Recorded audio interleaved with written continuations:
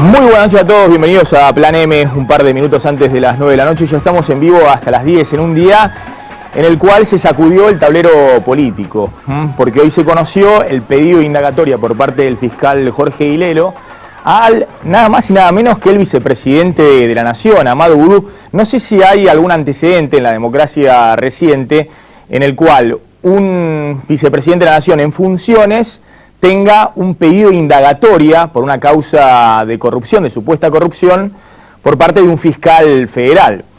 Esto ha generado de alguna manera un gran revuelo político, la oposición que está pidiendo la renuncia del vicepresidente Oudou, y el gran interrogante si el gobierno, Cristina en particular, lo va a sostener o no. Todavía, ahora les vamos a contar todos los detalles, ya están en nuestros estudios Manuel Garrido, diputado nacional del radicalismo y además ex fiscal anticorrupción, así que conoce al detalle todos estos temas.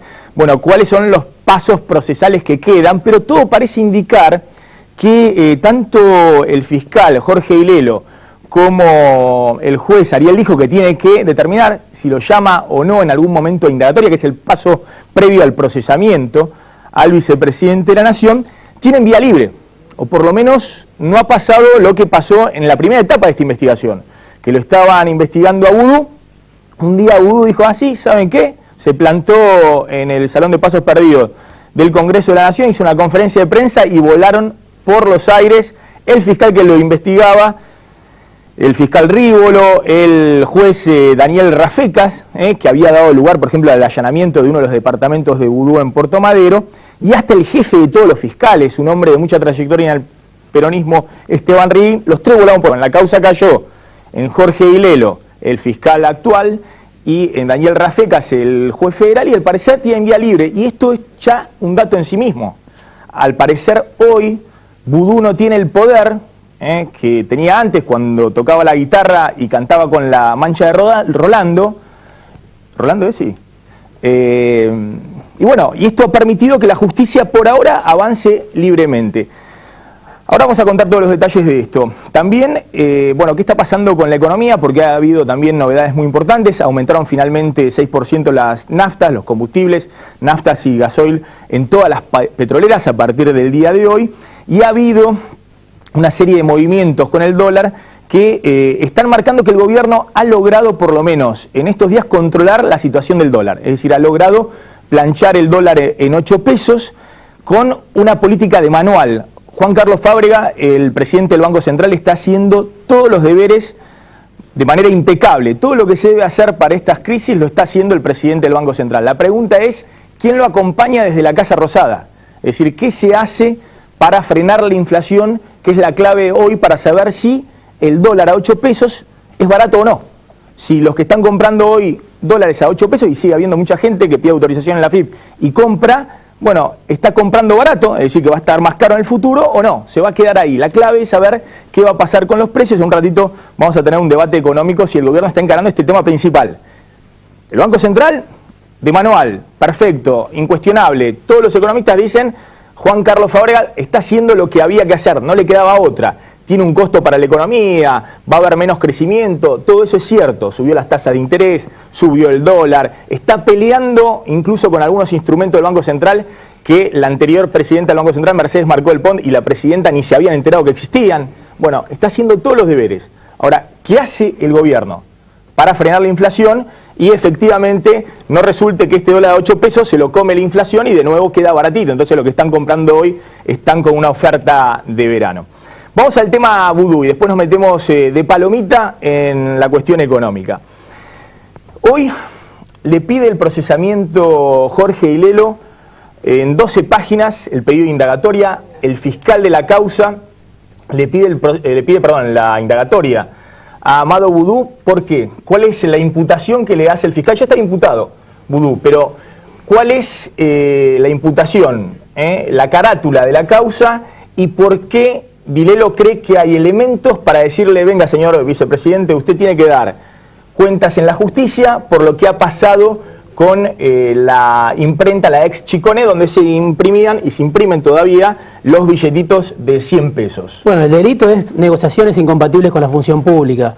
¿Por qué? Por lo que sabemos que Amado Vudú intercedió, dice Dilelo, para salvar a Chicone de la quiebra y también para intentar que este fondo de inversiones que se llama The All Found, donde está Van den Brule, donde está Núñez Carmona, figuras ligadas a Vudú, se quedaran con la empresa Chicone. Bueno, estos son los dos hombres claves en este momento, el fiscal Dilelo, sí, Jorge Dilelo, y el juez federal Ariel Dijo, que tiene que determinar si el pedido de indagatoria de Vudú hace lugar o no, si lo llama o no a indagatoria, nada menos que el vicepresidente de la Nación. Jorge Dilelo, que es un fiscal, me dicen, con larga trayectoria en el peronismo, sí, que justamente no es de esos fiscales que se le plantan en la vereda de enfrente al gobierno y empiezan a bombardearlo, sino que sabe leer los climas políticos. Sí. Sabe, como gran parte de la justicia argentina, cuando hay un callejón para avanzar y sabe cuando hay un callejón para quedarse tranquilo. Al parecer ahora está viendo ahí el callejón para avanzar sin demasiada interferencia política. Sí, para avanzar y también para contradecir en algún punto al juez Lijo,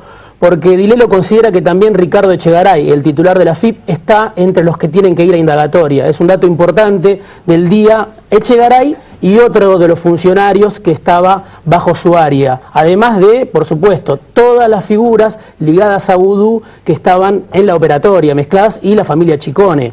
Hay varias patas de esta operatoria. Vamos a contar la operatoria. ¿Por qué Vudú ahora está siendo no solamente investigado, sino un fiscal dice que hay pruebas ya para llamarlo a que dé explicaciones a la justicia? Y después vamos a analizar con Manuel Garrido, también está Jorge Yoma, el ex diputado del Frente para la Victoria y ex senador, también cuál es la situación política que se genera con este pedido de indagatoria de Vudú. Chicone era la principal planta impresora privada de billetes, a la cual el gobierno nacional, a través de la Casa de la Moneda, le ha pedido asistencia, y de hecho hoy se siguen imprimiendo billetes de Vita, de los de 100 pesos, no se emiten los otros porque se los come la inflación, por eso salen nuevitos los billetes de Vita, partes de las líneas impresoras que tiene la Casa de la Moneda y parte de la ex Chicone, que ahora cambió de nombre y es estatal.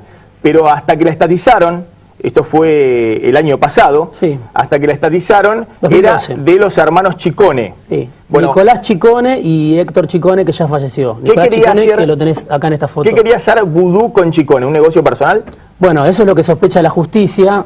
Intercede a través de una carta que le escribe, en ese momento una nota que le escribe a Echegaray, para que le otorguen un plan de facilidades de pago a Chicone. Una cosa que nunca había hecho el ministro de Economía en otros 500 casos. Es decir, Amado Vudú, que era ministro de Economía de la Nación, le pide a la AFIP que interceda y le dé facilidades de pago a Chicone, que estaba en situación económico-financiera difícil. Exactamente. Lo hace, se involucra de esa manera personal, dice el fiscal, y eso determina que hay negociaciones incompatibles con la función pública. Después están el resto de los personajes ligados a Vudú. Alejandro Van den Brule, que es el supuesto testaferro, el que aparece como el titular de este fondo de inversiones que se queda con Chicone y que tiene mucha relación, se supone, se sospecha, hay quienes lo denuncian como la ex esposa, con Amado Vudú. Bueno, Van den Brule reconoce que hay una relación con Nariga, sí, Núñez Carmona, que es amigo íntimo de Vudú y el socio millonario hoy de Vudú. No sé, sí, hace 10 años no, pero después de la década ganada,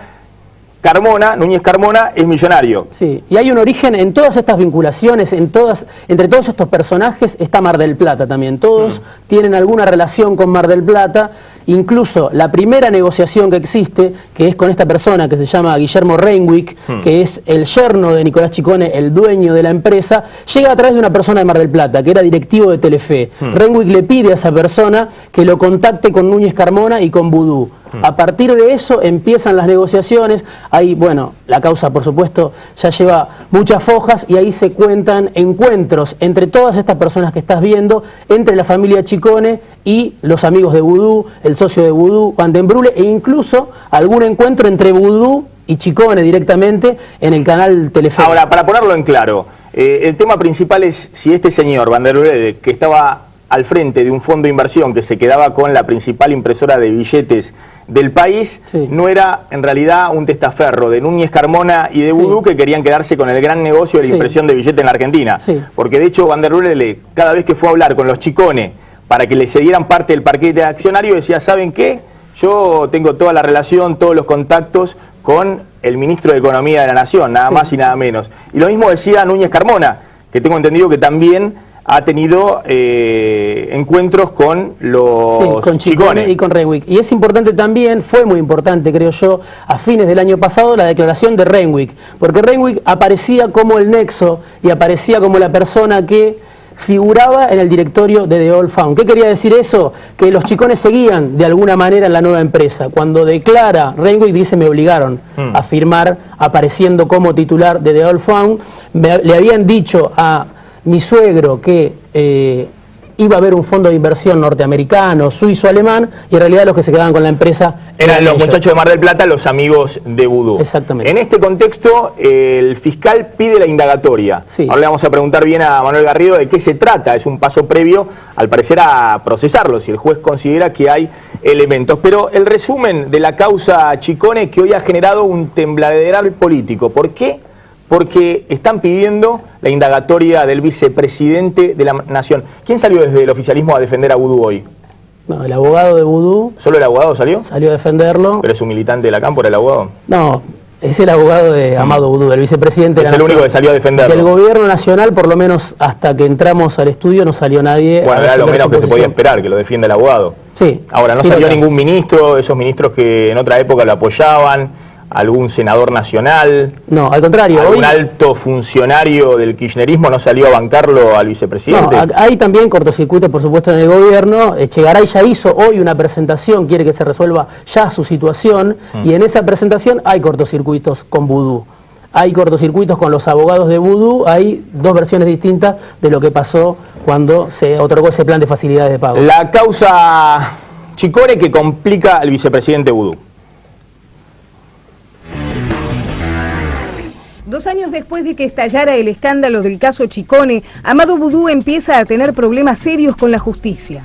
El fiscal federal Jorge Dilelo pidió la declaración indagatoria del vicepresidente por el delito de negociaciones incompatibles con la función pública. El fiscal considera que Vudú violó la ley cuando intercedió ante la AFIP para que The Old Found recibiera una quita de su deuda impositiva. Ahora el juez federal Ariel Lijo deberá decidir si le da curso al pedido de Dilelo y avanza en la investigación contra el actual presidente provisional del Senado. Dilelo pidió además la indagatoria de funcionarios y protagonistas claves de la historia. El titular de la AFIP, Ricardo Echegaray, el empresario José María Núñez Carmona, socio de Vudú, el monotributista Alejandro Van der Broele, que figuraba como director de la imprenta, y de Nicolás Chicone, el fundador de la Calcográfica. El fiscal también reclamó que se investigue cómo fue que la empresa The Old Found consiguió los fondos para quedarse con parte de las acciones de Chicone. Para averiguarlo, solicitó además la declaración testimonial del presidente del Banco Macro y titular de la Asociación de Bancos de la Argentina, Jorge Brito. El enfoque de Dilelo contradice al juez Lijo, que había considerado a la familia Chicone y a Ricardo Echegaray solamente como testigos del caso. El jefe de la AFIP negó la quita de capital que pedía The Old Found, avalada por Vudú mediante una carta, después de un dictamen favorable de la Inspección General de Justicia. Finalmente, por pedido del entonces ministro de Economía, la AFIP le otorgó a la empresa un plan de facilidades de pago de su deuda impositiva. Bien, ya estamos con Manuel Garrido, diputado nacional del radicalismo y ex fiscal anticorrupción. Gracias por venir, Manuel, y con Jorge Yoma, ex diputado del Frente para la Victoria. Después voy a hablar con Yoma porque le voy a preguntar si fue así o lo sacaron de contexto, que pidió la renuncia de la presidenta, lo cual ha generado un revuelo político muy grande dentro del propio peronismo con acusaciones cruzadas. Garrido, ¿cuál es la situación de Vudú en este momento? ¿Por qué el fiscal pide la indagatoria? ¿Qué penas le caben en base a la imputación si fuera culpable? ¿Cuáles son los plazos que maneja la justicia en estos casos? Bueno, el delito que le están imputando, que el fiscal considera que hay sospecha suficiente para que lo llamen a declarar, es negociaciones incompatibles con la función pública. Es un delito que tiene una pena de hasta 6 años de prisión, y lo que se sanciona es la conducta del funcionario público que combina o que mete en su actuación pública un interés privado, es decir, que actuando como funcionario público busca beneficiar indebidamente a otra persona o a sí mismo. El fiscal considera que hay sospechas para que lo llamen a indagatoria, que es una etapa previa a lo que puede ser el procesamiento.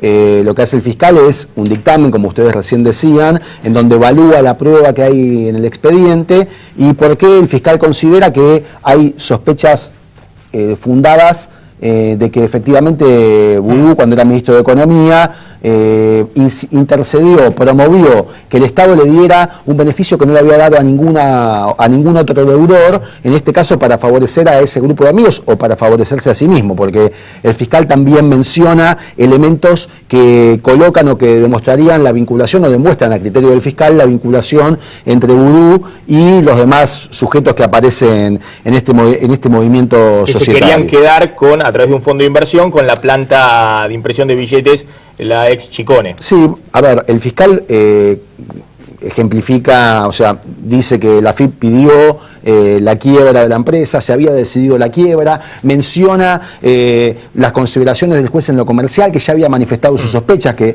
el juez en lo comercial había dicho, me piden una cosa, ahora de repente me piden otra, el fiscal valora que este beneficio de este plan de facilidades de pago no se le había dado a ninguna otra empresa en estas condiciones, abarcando los intereses que abarca. Por otro lado, también hay otros elementos sospechosos que el fiscal menciona que tienen que ver con la forma en que tramitó la cuestión. Ustedes recién lo mencionaban, es decir, el aval que da el ministro de Economía. Ahí, evidentemente, seguramente hubo, y lo que se infiere del expediente, es que hubo alguna presión informal para que se le otorgara ese plan de facilidades de pago. Echegaray se cubre pidiendo un dictamen al Ministerio de Economía, legales del Ministerio de Economía se lava las manos, sin embargo, Vudú, en el oficio, en una nota que le dirige a la AFIP, le dice, bueno, yo entiendo que debería otorgarse este beneficio que no se le había dado a ninguna otra empresa. Ahora, claro, la AFIP de alguna manera lo deja en evidencia, Vudú, ¿no?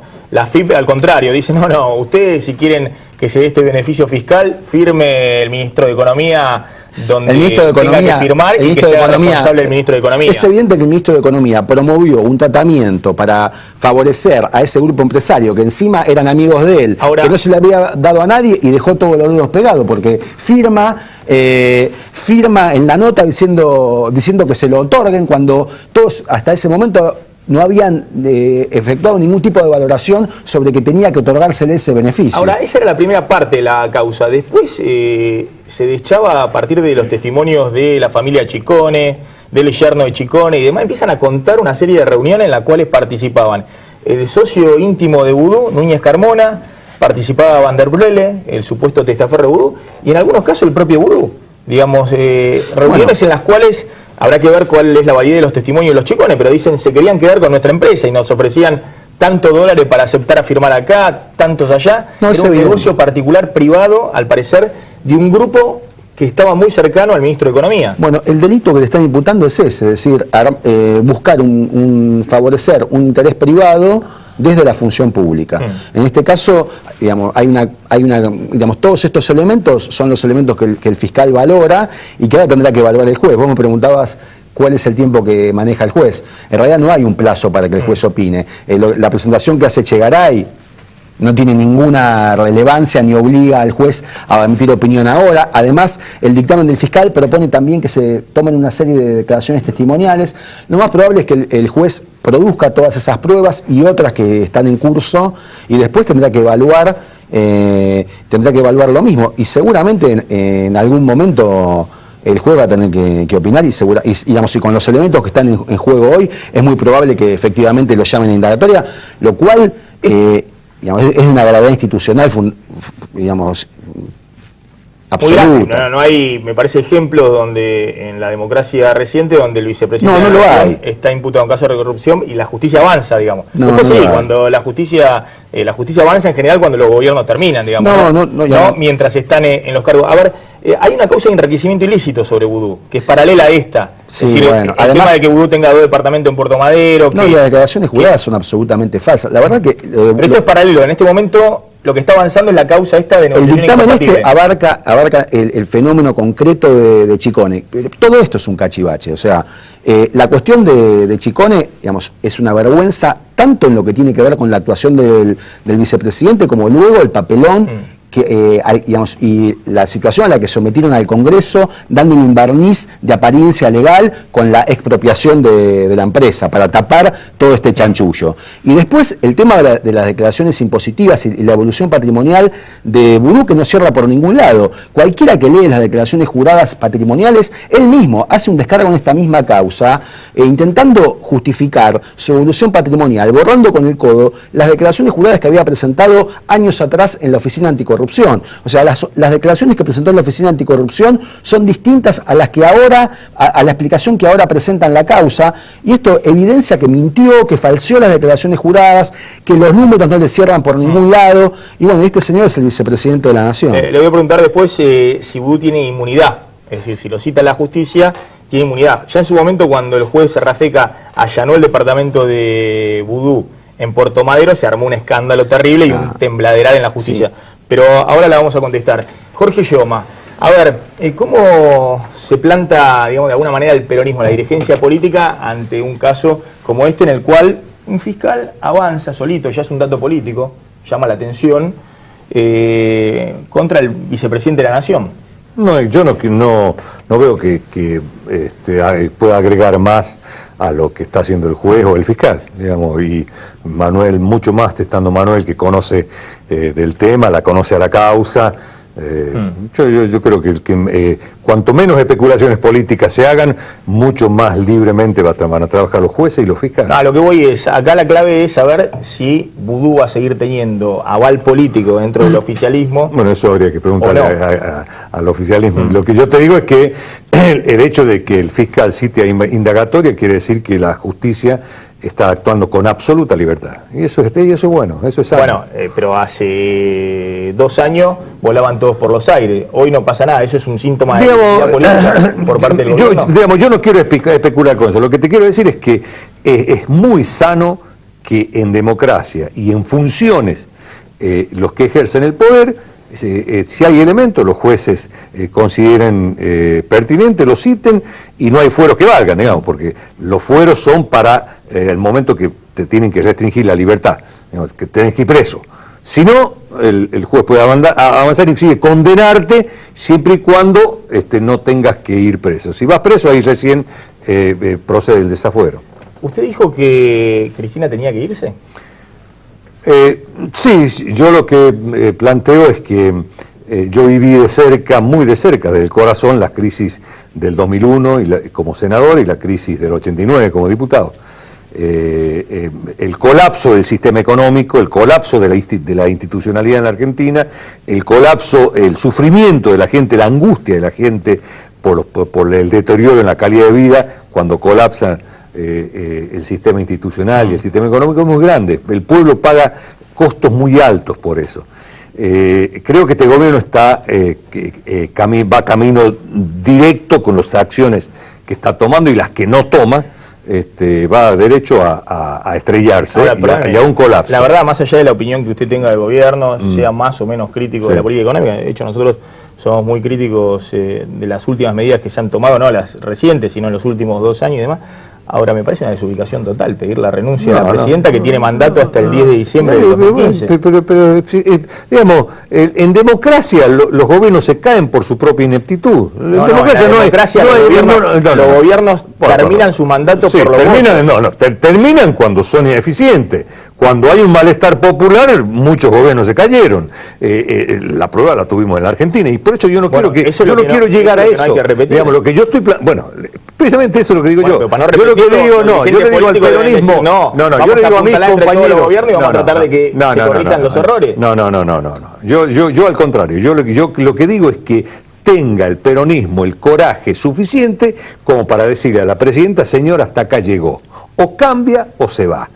¿Por qué esto? Porque día a día se deteriora aún más la calidad de vida de la gente. Si hoy tenemos 28.000 millones de dólares en reserva, si lo dejamos al gobierno que siga haciendo lo que quiera, dentro de 6 meses va a haber 10.000 millones de dólares en reserva. Si hoy tenemos el 35-40% de inflación y dejamos que el gobierno siga haciendo el desquicio que hace con la economía o no toma las decisiones que hay que tomar, dentro de 6 meses va a haber el 70% de inflación. Entonces, yo quiero ahorrarle al pueblo, porque viví y porque estuve cuando cayó un sistema institucional y un sistema económico. Entonces, creo que hay una enorme cobardía en el sistema político, fundamentalmente en el peronismo. Porque, un par de ejemplos, la semana pasada el gobernador de Misiones dijo, señores, guarda que terminamos como en el 2001 y el 89. Lo llamaron seguramente 28 tipos funcionarios de la Casa de Gobierno y ayer lo sentaron al lado de la presidenta para que lo enfoquen, para aplaudir. Ahora, ¿quién es el peronismo? Porque hablando de la situación económica... estoy hablando de los legisladores, los gobernadores, los jefes de distrito. ¿O dentro del peronismo? No, estoy hablando de los gremios. No. Yo te hablo concretamente. Caló, en lugar de sentarse ahí para recibir los retos de la presidenta, lo que tiene que hacer es ir a buscar a Moyano, unirse los trabajadores y empezar a discutir las paritarias, porque el salario real ha caído enormemente en el último mes. Yo vengo de La Rioja, terminé mi mandato y me fui de La Rioja. Estuve un mes y medio en La Rioja. El kilo de papa en una semana se fue de 3 pesos a 7 pesos. El kilo de azúcar se fue casi no te la venden, creo que está en 11 pesos, una cosa así. Digamos, los precios han subido más del 100%. Entonces, ¿qué hace Caló aplaudiendo y tolerando los retos de la presidenta y que acá nadie se muere de hambre? Pero ¿en qué país vive la presidenta? Débora, ¿cuántos parques industriales inauguramos? 300. ¡Mentira!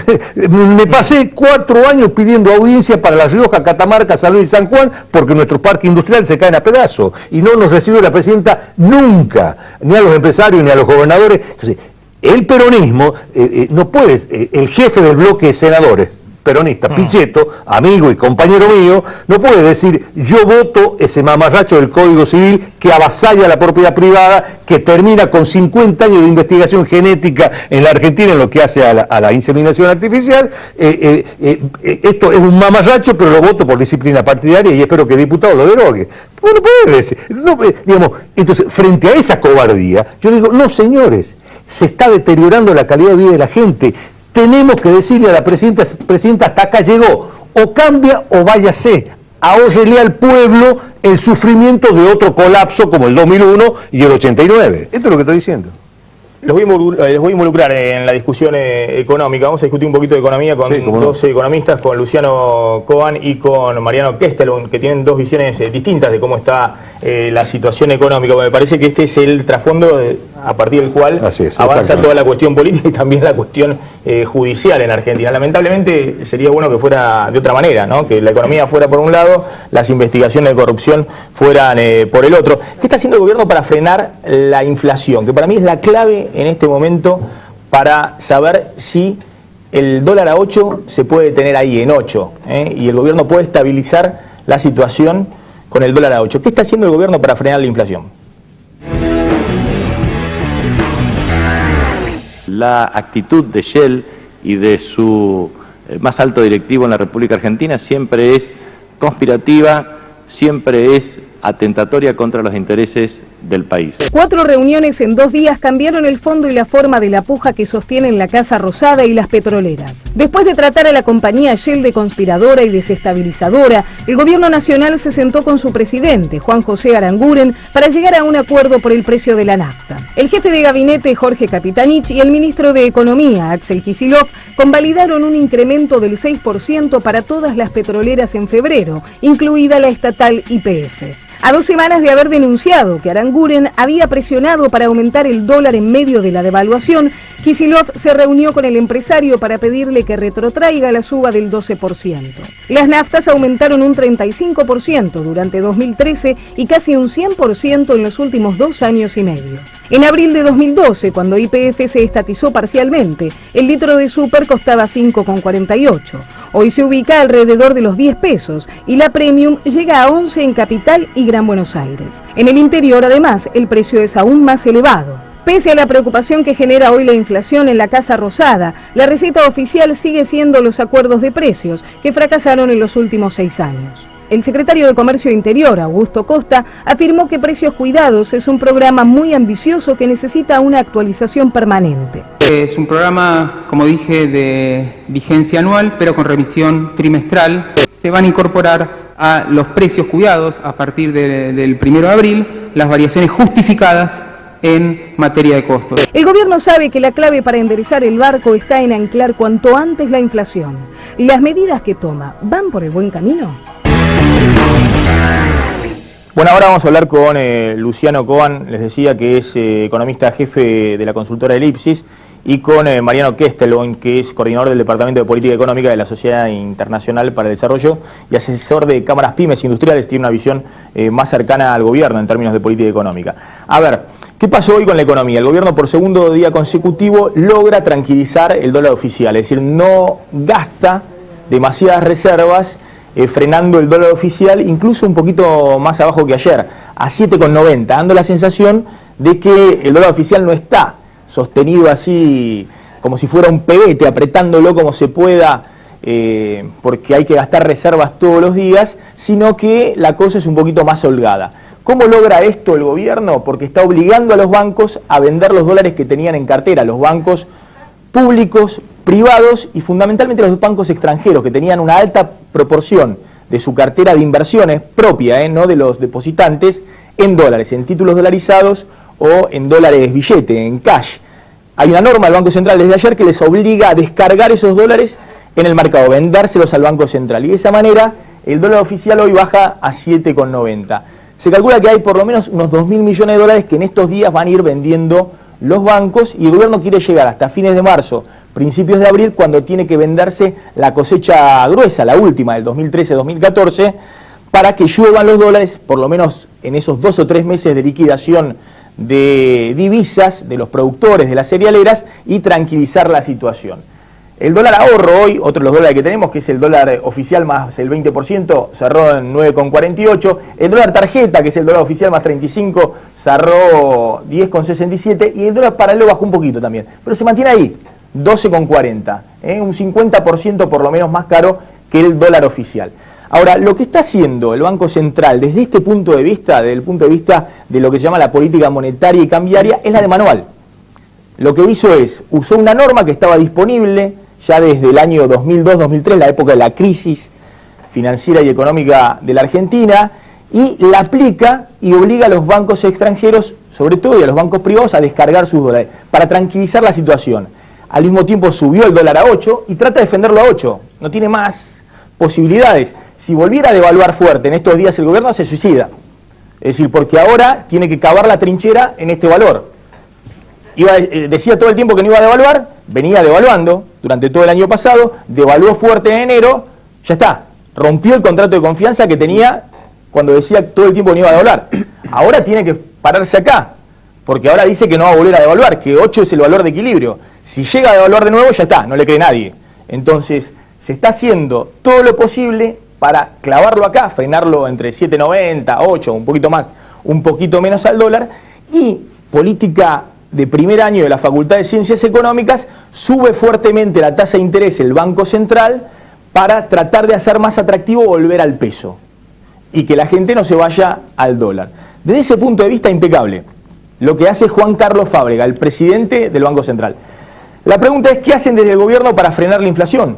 Para que la suba del dólar del 23% de enero no se traslade íntegramente a precios, pues si traslada todo eso a precios, el dólar a 8 de nuevo quedó barato, porque se lo comió la inflación. Entonces, lo que está haciendo el gobierno, bien desde el Banco Central hoy, que es poner el dólar a 8 pesos, si vos no haces los deberes desde el gobierno, desde la Casa Rosada, para desacelerar la inflación, simplemente estás dando una oferta para los que compran a 8. Está diciendo, compren ahora baratito, porque la inflación se lo come rápido y en algún momento en el futuro van a tener que devaluar. Claramente entre Fábrega y Mercedes Marcó del Pont, que es la presidenta anterior del Banco Central, que parte del kirchnerismo la trataba como si fuera Rosa Luxemburgo, una de las teóricas marxistas y militantes marxistas más reconocidas en el mundo, y parte de la militancia de la Cámpora creía que Mercedes Marcó del Pont había reinventado la economía. Y todos la aplaudían, incluso Mercedes Marcó del Pont la hizo decir en un momento a la presidenta de que no se quejen los economistas porque el Banco Central argentino emitía muchos pesos, porque eso pasaba en todo el mundo. Estados Unidos también emitía muchos dólares, de hecho inundó el mundo de dólares desde la crisis del 2009 para salir de la recesión. Montaña de dólares emitió el Banco Central norteamericano, ¿por qué criticaban solo al Banco Central Argentino que emitía los pesos? Bueno, no sé si hace falta explicarlo, que los dólares no solamente lo aceptan en Estados Unidos, sino en todas partes del mundo, en el sudeste asiático, en Europa, en el este europeo, todos los países latinoamericanos, los argentinos que se desesperan por los dólares, y en cambio los pesitos no los aceptan no solamente acá en Uruguay o en Chile, sino que no los aceptan los propios argentinos. Bueno, Mercedes Marcó-Pol le había explicado la cuadratura del círculo a Cristina, le había explicado que Argentina, porque era un país serio, porque tenía la década ganada detrás, podía emitir todos los pesos que quisiera, porque no iba a haber problemas. Bueno, todo eso terminó en lo que estamos viviendo este verano. Fíjense cuál fue la política del gobierno en estos años, en términos de los pesos que emitía y los dólares que tenía para respaldar esos pesos. Cuando digo que hay una diferencia grande entre Fábrega y Mercedes Marcó-Pol, es porque el actual presidente del Banco Central dice, no, somos Argentina, no somos ni Canadá, ni Australia, ni Estados Unidos, somos Argentina. Entonces Fábrega lo que dice es, hay que subir la tasa de interés y el dólar quedó muy baratito y Argentina tiene que tratar de emitir la menor cantidad de pesos posibles. Un ajuste típico. Bueno, ¿qué pasó en estos años? Kirchner siempre cuidó que los pesos que circulaban en la economía tuvieran un correlato con los dólares que había en el Banco Central. Por eso en julio del 2004, cuando uno medía la cantidad de pesos que había circulando en la economía y los dólares que había en el Banco Central, 18.000 millones de dólares, la relación daba, si uno quería cambiar todos los pesos que estaban circulando en el bolsillo de los argentinos, caja de ahorro y cuenta corriente, por los dólares que había en el Banco Central, daba 2.50. Y en ese momento el dólar estaba por ahí, en 3 pesos, pero había una relación, no se desbocaba esto. En enero del 2006, después de pagarle al FMI y Argentina quedarse con 10.000 millones menos de reservas de un día para el otro, estaban en 28.000 millones, se queda con 18.000, aún así había una relación, Kirchner era obsesivo con esto. Entonces los pesos que circulaban, si había que cambiarlos por los dólares que había acá en el Banco Central, daba 2.95, y el dólar estaba ahí, en 3 pesos por dólar. En diciembre del 2010, cuando se alcanza el récord de reservas, 52.000 millones de dólares, la relación entre los pesos que circulaban en la economía y los dólares que había en el Banco Central daba 2,98. De nuevo, más o menos como estaba el tipo de cambio oficial, incluso estaba un poco más alto, estaba ya cerca de los 4 pesos, es decir, sobraban los dólares. Si todos querían cambiar los pesos que estaban dando vuelta por los dólares que había en el Banco Central, alcanzaba no para cambiarlos a 4, sino incluso a un precio más barato, porque sobraban los dólares en relación a los pesos que daban vuelta. ¿Qué pasó después? Bueno, lo que pasó es que empiezan a emitir una gran cantidad de pesos y los dólares, con una inflación que ya venía acumulándose desde 2007, empiezan a fugarse, porque la gente empieza a darse cuenta que lo único que quedaba barato cuando todo subía de precio en la Argentina eran los dólares, que tenía atesorados el Banco Central, entonces le empiezan a reclamar los dólares. Y los dólares empiezan a caer desde diciembre del 2010. Y la cantidad de pesos que empieza a dar vuelta por la economía es cada vez mayor, porque además hay que financiar al Estado, que ya no tiene recursos propios, sino que el Banco Central le hace todo el tiempo cheque, imprime con la maquinita de Chicone y se los da al Estado argentino. Entonces, la cantidad de pesos, esa relación empieza a subir. Igualmente, en octubre del 2011, cuando se pone el cepo al dólar, esa relación entre los pesos que circulaban y los dólares que había en el Banco Central daba 4 pesos. Todavía había dólares suficientes para respaldar al peso en la Argentina cuando se pone el cepo. El cepo profundiza la caída de dólares a través del turismo, a través de las importaciones. Los que tienen exportaciones no traen los dólares al país y siguen creciendo las cantidades de pesos. Bueno, antes de esta devaluación, la cantidad de pesos que había dando vuelta era más del doble de la que había cuando se puso el cepo. Y la cantidad de dólares que había en el Banco Central era 40% menos. Y si uno quería cambiar, antes de esta devaluación, los pesos estaban dando vuelta por los dólares que tenía el Banco Central, eso daba 12 pesos, el dólar paralelo.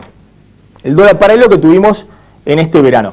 No significa que tiene que haber una correspondencia, como tenía que haber por ley en la convertibilidad, entre los pesos que circulan en la economía y los dólares que hay en el Banco Central. Para nada, eso es lo bueno del nuevo régimen económico después de la devaluación del 2001-2002. No está obligado el Banco Central a respaldar todos los pesos que circulan. Pero Kirchner siempre se preocupó que hubiese cierta correspondencia, porque sabía que había quedado grabado en la mente de los argentinos que si no estaban los dólares en el Banco Central, la gente empezaba a sospechar. Y encima, si hay 6 años ininterrumpidos de inflación, la gente sospecha mucho más de que en algún momento el dólar, que había quedado muy baratito, iba a subir fuertemente, que se iba a devaluar.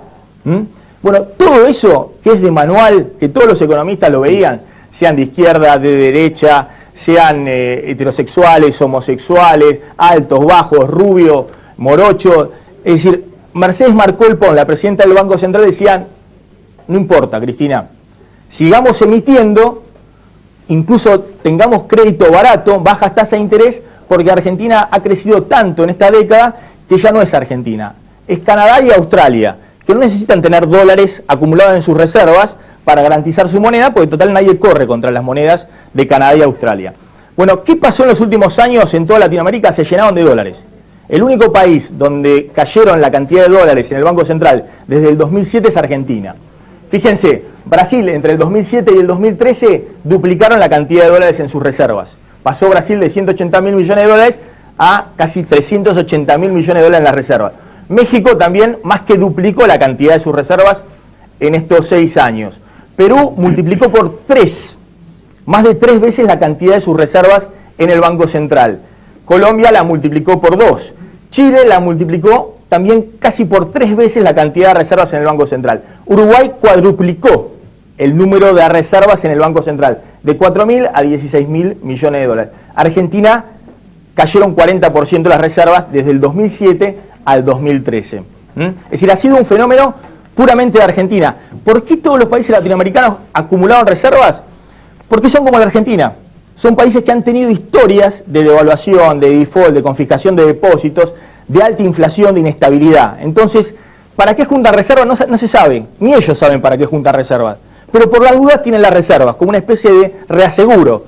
Para no depender del FMI, si tienen una crisis, de salir a pedir fondos, o ir a pedirle al Club de París, o salir a pasar la gorra en Washington, lo que hicieron en estos años es acumular reservas. ¿Es económicamente eficiente? No. Pero por las dudas la tienen, sobre todo después de las crisis de los 90.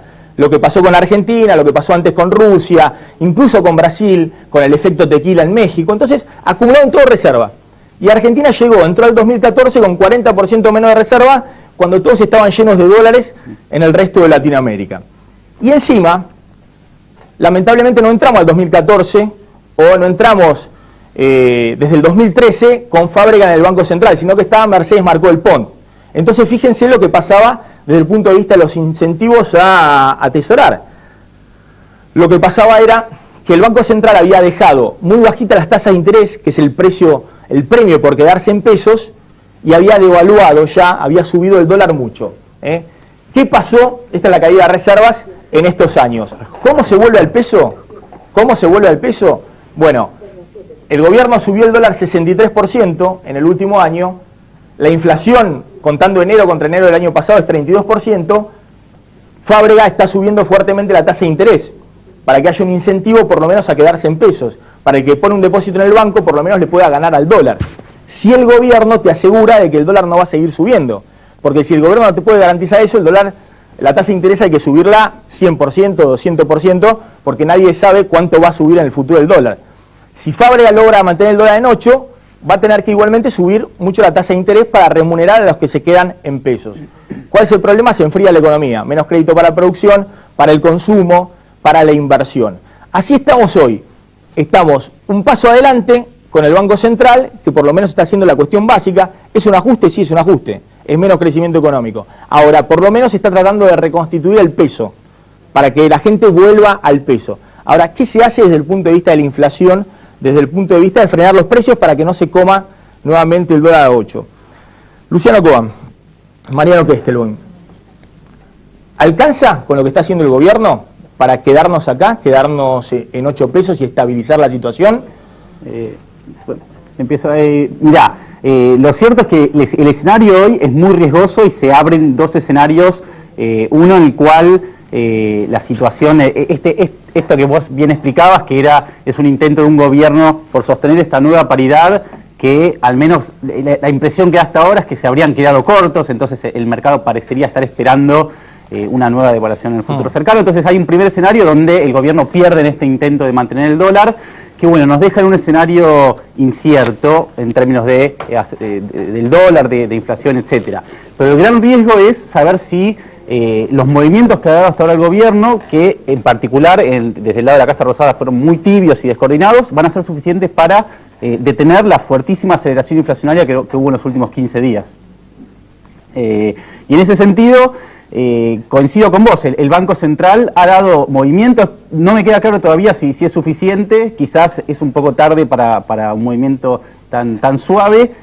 Me preocupa un poco por ahora lo que se ve desde la Casa Rosada, que parecería haberse convertido en una suerte de vocero de una inflación a cuentagotas, ¿sí? Cada semana anuncia que tal sector tiene inflación de tanto, y en vez de convertirse en el agente central, coordinador de todo el resto de los agentes económicos. Y no, vos decís, la Casa Rosada hoy te anuncia, ojo, las naftas aumentan solo 6%. Claro, no 12% como quería Aranguren, pero 6%, ahora 6% en febrero.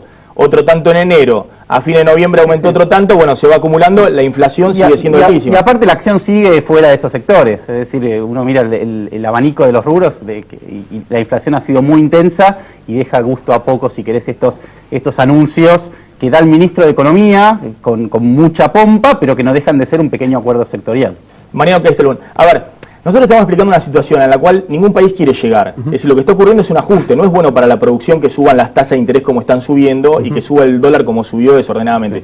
Ahora, de alguna manera tenés que reconstituir el peso. Bueno. Ahora, ¿alcanza con esto? ¿Estamos en el camino correcto? Mira, me parece que el foco de la política económica hoy es achicar la brecha cambiaria.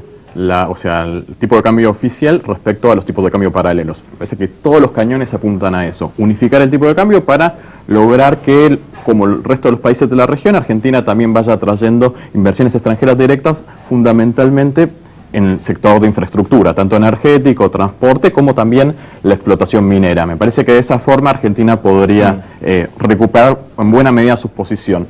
Y una cosa que me parece que es importante también aclarar es que esos otros países de la región tuvieron esos incrementos fenomenales en sus niveles de reservas por dos motivos principales diferentes que los de la Argentina. En primer lugar, los precios de los recursos naturales que exportan al mundo, mayoritariamente esos países, son minerales. Los minerales aumentaron de precio 2-3 veces más que los productos agrícolas que Argentina exporta al mundo. El cobre, el hierro, el oro aumentaron entre 7 y 6 veces. En cambio, la soja en la Argentina aumentó 2,5 veces desde 2003 hasta la fecha. Entonces, esa es una cuestión para tener en cuenta diferencial. Y por el otro lado, al no haber habido un desdoblamiento realizado de esta forma en los otros países... Uruguay, que yo sepa, no exporta ni minerales ni petróleo, exporta agrícola como nosotros. Todos los países de la región tienen déficit de cuenta corriente. Bueno, por eso, estoy hablando del conjunto de la región en primer lugar. En el conjunto de la región, los principales países, no es Uruguay, el conjunto de la región en términos el que más aumentó por 4 es Uruguay. Déjame, por lo menos, me buscan el pelo en la leche, déjame terminar, por favor, de construir la explicación. En el conjunto de la región, lo principal son los minerales. Y el segundo factor que explica el crecimiento de las reservas de estos países es la especulación financiera. Han ingresado capitales especulativos en Brasil, en Chile, en Uruguay de forma fenomenal. ¿Por qué? Porque ven que en esos países tienen rendimientos, tasas de interés muchísimo más altos que las tasas de interés internacionales. En la Reserva Federal de Estados Unidos están por debajo del 1%, lo mismo en la Unión Europea, que en el 0,25%. Entonces tienen rendimientos extraordinarios en esos países, en países que tienen un incremento sostenido de los precios de los recursos naturales. Entonces son sustentables para esas inversiones, son muy atractivos. Es por eso que ingresan los dólares de forma masiva también en esos países y también se acompaña con inversión extranjera directa. Ahora bien, la economía argentina no tiene problemas estructurales gravísimos. Es cierto, coincido plenamente, hay un problema inflacionario muy importante que hay que resolver, que hay que buscar acuerdos, hay que tener un sistema de estadísticas nacionales creíbles que sirva de base para llegar a acuerdos. Pero si vos te fijás, la cuenta corriente, que es el intercambio que tiene Argentina en bienes y servicios con el resto del mundo, está mejor que el resto de los países. Argentina tuvo déficit de cuenta corriente en relación al PBI del 0,3%, ¿sí? El resto de los países de la región estuvo entre el 3 y el 5% en su déficit de cuenta corriente. Es decir, la situación estructuralmente no es grave, no es el 2001 donde veníamos de 5 años consecutivos de déficit de cuenta corriente. Ahora tenemos una cuenta corriente equilibrada, casi equilibrada. Entonces, lo que hay internamente es un problema financiero, un problema de credibilidad, un problema de construcción política en la cual Argentina tiene que acordar con los diferentes actores, el gobierno tiene que acordar con los diferentes sectores económicos y sindicatos para establecer pautas de crecimiento de salarios y ver que en los precios relativos no pierdan los trabajadores en ese ajuste. Luciano. Bueno, me parece que no es contradictorio lo que él dice. Efectivamente, coincido que el escenario de Argentina es principalmente un problema de credibilidad, tanto en términos de los dólares, que no es otra cosa que pesos que están tratando de escaparse. No es que haya algo especial con los dólares, sino que hay un problema con el peso. Y asimismo el problema de inflación. Como te mencionaba antes, el riesgo que tiene hoy la economía, el riesgo inflacionario, tiene principalmente que ver con un tema de credibilidad, con un tema de que no hay un ancla que coordine a los agentes para, por ejemplo, mantener un ritmo de inflación del orden del 25%. Y como bien decía él, coincido, el problema de Argentina macroeconómico es un problema de credibilidad y de allí mi preocupación en la dinámica que puede tomar en los próximos meses, porque no me queda claro que el gobierno esté dispuesto a hacer los movimientos que hagan falta para recuperar la credibilidad, que en muchos casos va a implicar negar muchísimas cosas que ha dicho en el pasado. Ahora les voy a preguntar qué hace falta justamente para recuperar la credibilidad y frenar la inflación. Le pregunto a Jorge Yoma, que es riojano y que, bueno, hace rato venía pidiendo, de hecho acá también en este programa, un dólar más alto por las economías regionales. Con el dólar a 6 pesos no podían exportar, había problemas serios de empleo, de producción en las economías regionales. Ahora con un dólar a 8... Por ejemplo, La Rioja está contento. La inflación le comió la devaluación, ya la comió la inflación.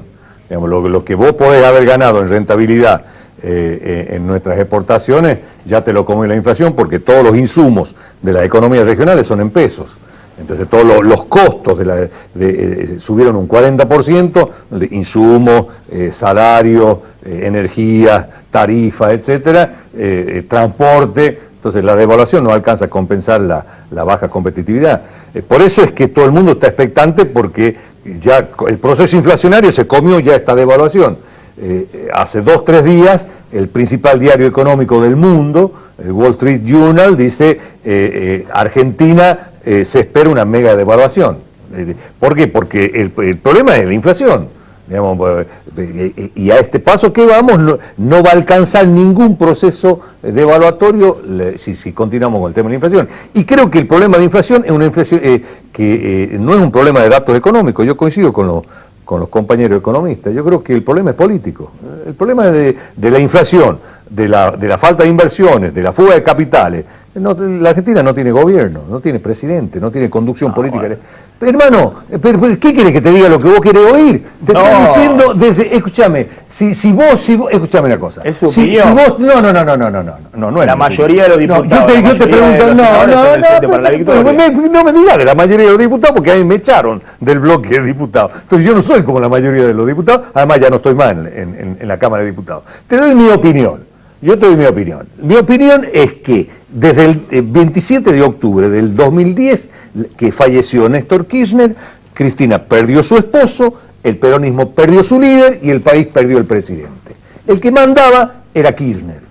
Cuando los gobernadores, los gremios, los productores, las cámaras empresarias, los legisladores, teníamos que hablar temas de nuestras provincias, íbamos a Olivos a hablar con Kirchner. Cristina ni se enteraba. Bueno, lamentablemente hace más de 2 años que el país está sin conducción del Estado. Es más, en los últimos 6 meses, con el curro disculpame la expresión, pero del hematoma subdural y qué sé yo, hace 6 meses que no labura la presidenta. No, bueno, pero... Bueno, yo tengo un hermano que hace 10 años que tiene un hematoma en la cabeza y labura todo el día. Es bravo el peronismo.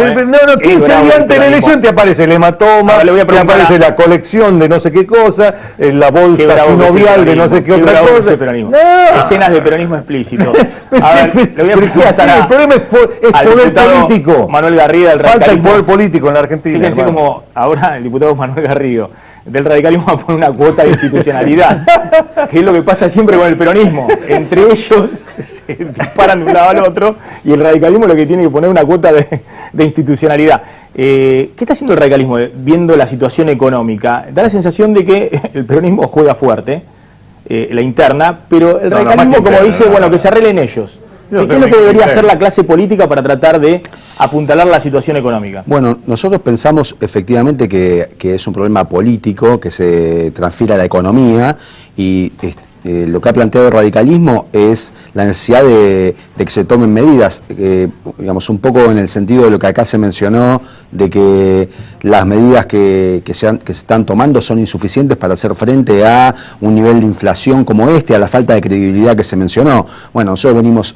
¿Hace cuánto venimos diciendo que las cifras del INDEC son falsas, que de ninguna manera se puede pensar en una, digamos, en una corrección de rumbo de la economía sin tener en cuenta esos factores políticos que hoy están fallando? Nosotros lo que estamos pidiendo es que efectivamente que la presidenta corrija el rumbo, que atienda las cosas que se están planteando.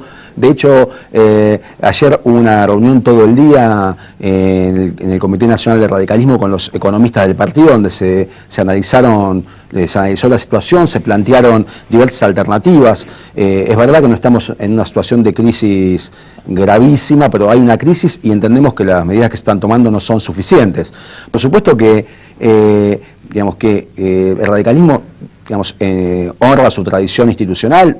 Nosotros estamos pidiendo que la presidenta corrija su rumbo, entendemos que tiene que continuar el mandato que se votó, entendemos que el sistema tiene ciertas cuestiones de rigidez, un poco lo que planteaba Yoma pasa por ese lado. Nosotros siempre planteamos que debiera preverse el sistema institucional, tener más flexibilidad, de hecho toda la discusión sobre el parlamentarismo, nuestro sistema no es un sistema parlamentario, es un sistema presidencialista, a la presidenta le quedan 2 años de mandato, la situación, por supuesto, requiere que haya una corrección de rumbo y lo que está pidiendo la oposición y el radicalismo en particular es que se corrija el rumbo en la buena dirección. Ahora entienden por qué siempre yo digo que la preocupación de Cristina no es Macri, no es el radicalismo, no es Vila, no es Cobo, sino que la preocupación de Cristina es el peronismo. No, pero vos sabés ¿qué es lo que pasa dentro del peronismo para contener la situación económica? Me permite, y ahí los pongo a todos, no solamente a Yoma, a Barrio Nuevo, sino también lo pongo a Sindicalista, a Scioli, a todos allá adentro. ¿Sabes qué, Maxi? Te digo una cosa.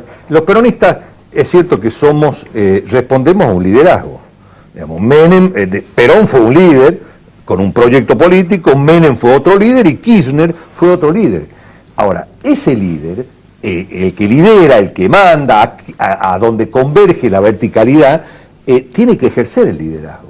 Ahora, si vos tenés un presidente que no se reúne con los gobernadores, porque no se reunió nunca, que no se reúne para tratar los temas de las provincias.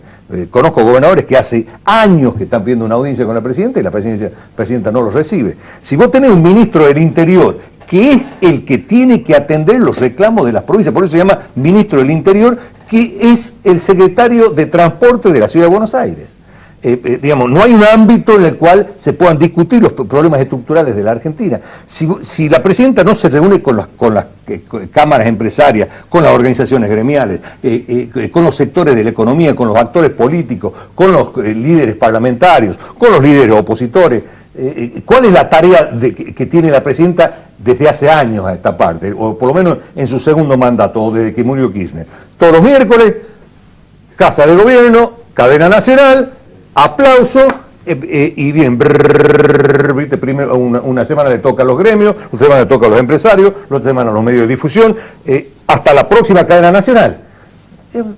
Y el país y la economía, la última cadena nacional fue una vergüenza. Bueno, podés anunciar un crecimiento del gasto de 11.000 millones de mangos en ese subsidio trucho de 1,5 millones de viudas de la década ganada, ya que hay viudas del neoliberalismo, no, los hijos del neoliberalismo, ese 1,5 millones que han quedado después de una década, darle un subsidio de 800 pesos, aumentar el gasto en 11.000 millones cuando el mismo día estás devaluando. Estás devaluando, anunciar una devaluación de 25% y ese mismo día anuncias un aumento del gasto de 11.000 millones. Pero en ese contexto vos tenés que anclar la inflación de alguna manera, pero ¿cómo la van a anclar así? Pero también tener una política compensatoria a los sectores más desfavorecidos. 11.000 millones en este contexto, lo que están emitiendo no es nada. No, hermano, eso no es política compensatoria. Si vos quieres promover la educación, toma las universidades nacionales, aumentar las becas a través de las universidades nacionales y a través del sistema educativo, pero no le den subsidio, porque el subsidio lo que está haciendo es incorporando 1,5 millones de clientes electorales más, que no funciona así. Mi crítica en todo caso fue que el otro día se anunció 11% de aumento nada más para los jubilados. Es mucha plata, porque el gasto previsional insume mucho, pero es muy atrás de la inflación. Ya Es decir, el principal gasto del Estado lo estás poniendo por debajo de la inflación, lo estás usando de ancla. ¿Cómo se hace? Le pregunto a los dos economistas, a Luciano Coban, a Mariano Kestelon, justamente decía, hay que hacer algo con la inflación. ¿Cómo se hace para frenar la inflación y de esa manera de poder defender el dólar a 8? Mira, la solución es muy difícil, pero básicamente porque se sabe que construir credibilidad lleva mucho tiempo, destruirla lleva un segundo y volver a reconstruirla es todavía más difícil. Con lo cual, en ese sentido, el esfuerzo que tiene el Ministerio de Economía es muy... Yo creo que en las próximas semanas la lupa de cosas, uno va a ser el nuevo índice de precios que sale la semana que viene. Si el gobierno desaprovecha la oportunidad de hacer un nuevo índice de precios creíble, yo creo que la lucha contra la inflación va a estar perdida, salvo que Fábregas induzca una recesión terrible, que esperemos que no pase. Es que la apuesta sea subir tanto la tasa de interés que vos hacés que la economía vaya a la recesión y que la recesión mate la inflación, como pasó en el 2009. O sea, el tema es, si hoy el gobierno no logra, a través de la confianza, bajar la inflación, tiene que generar una recesión con desempleo, baja de salarios, y eso es totalmente indeseable. Con lo cual, yo estoy muy atento a lo que pase la semana que viene con el índice de precios, a ver si empiezan en este camino de reconstruir la confianza. Sí, yo comparto plenamente ese punto. Hay que reconstituir, sin lugar a dudas, el sistema de estadísticas nacionales para llegar a acuerdos. El problema que tiene la economía argentina, el problema que se generó fue una distorsión de precios relativos. Argentina tiene que... Las variaciones de los precios tienen que favorecer al desarrollo productivo interno. No tienen que aumentar más los precios de aquellos productos que Argentina... con los cuales Argentina no compite internacionalmente. El problema con el atraso cambiario es que aumentan mucho los precios, por ejemplo, de los costos de comercialización, las telecomunicaciones, los servicios financieros, el transporte, la logística, servicios administrativos. Esos son los que aumentan principalmente y no compiten con el exterior. Entonces, hay que focalizar en la nueva estructura de precios relativos en función de los acuerdos que en esta oportunidad vuelvan a ganar los sectores productivos que habían ganado mientras a la Argentina le fue muy bien, que fue hasta finales de 2011, cuando la Argentina tenía un fuerte superávit, un fuerte crecimiento, tanto superávit fiscal, superávit comercial y un fuerte crecimiento y bajo desempleo. Parece que hay que apuntar a eso, hay que reconstituir el poder adquisitivo de los trabajadores, sostener el poder adquisitivo también de los jubilados, pensionados y demás, y que las pequeñas y medianas empresas también se vayan fortaleciendo cada vez más con este nuevo esquema de precios relativos. Diego, llenó un dato de hoy. Un dato importante de lo que dijo hoy Jorge Capitanich, el jefe de gabinete en la Casa Rosada, haciendo un llamamiento a los gobernadores de que no caigan en la imprudencia fiscal. En otros términos, lo que le dijo es: nadie anuncie aumento de salario para el sector estatal sin poder solventarlo por su caso. Tenés, después de el salariazo policial, después del conflicto policial del año pasado, donde el gobierno miró para otro lado. Bueno, ahora el gobierno le está advirtiendo a los gobernadores que no va a dar fondos o que va a dar muy pocos. ¿Qué hacen los gobernadores cuando los empleados públicos le vayan a tocar la puerta? Y Scioli está esperando también, en algunos casos como el de Scioli, están esperando ver el gobierno nacional, por ejemplo, con los docentes. Con los docentes nacionales. Con los docentes nacionales, ahora, que pidieron un 61% de aumento. Claro, 4 gremios de docentes nacionales enrolados en la CGT de Caló, la oficialista, pidieron 60% de aumento. Sí, y en la CTA también oficialista. Pidieron 60% de aumento, pero hay un mensaje del gobierno nacional para los gobernadores de que van a tener que resolver como puedan los aumentos que den. Y bueno, Scioli por su cuenta no solo tiene el problema de los docentes, sino del resto de los empleados estatales, los empleados de los hospitales, los médicos, los empleados judiciales. Es un frente grande de gremios estatales que ya está con conflictos todos los días. Le doy 30 segundos finales, Jorge Yoma. Yo creo que hay que reconstruir el liderazgo en la Argentina y un proyecto de país, que es lo que carece el país desde el año 2010. Y creo que en ese proceso de reconstrucción del liderazgo va la confianza. Digamos, no hay posibilidades de superar la crisis si no hay confianza en el poder político. Y esa es una tarea fundamentalmente del partido de gobierno, de nosotros, del peronismo. Manuel Garrido. Sí, bueno, nosotros pensamos que la situación es preocupante y no vemos que el gobierno muestre señales de corregir el rumbo que viene encarando. De hecho, bueno, se está planteando como un elemento de expectativa qué va a pasar con el índice de precios. Desde el año 2007 que estamos diciendo que lo del INDEC es un desastre y que iba a terminar mal. Y la verdad que nos parece poco serio y tenemos deseos, pero no creemos que en una semana esto se vaya a resolver y la verdad que nos preocupa la situación. Gracias a los cuatro por haber estado esta noche en Plan M. Nos estamos despidiendo hasta el lunes a las 9 de la noche, como siempre, aquí en Canal 26. Mañana hay fútbol, comienza nuevamente la fecha futbolera. Va a transmitir Canal 26 el partido San Lorenzo-Olimpo, así que nosotros nos reencontramos el lunes próximo. En la picada de periodistas nos la guardamos. De hecho, la cantidad de críticas que hacen últimamente los kirchneristas. Gordo, ¿qué hace? Bueno, no voy a comer picada mañana, me la voy a guardar para el viernes próximo, a ver si me pongo un poquito a dieta y un poquito en línea para la semana próxima. Nos encontramos el lunes, gracias Diego también. Chao, pásenla bien.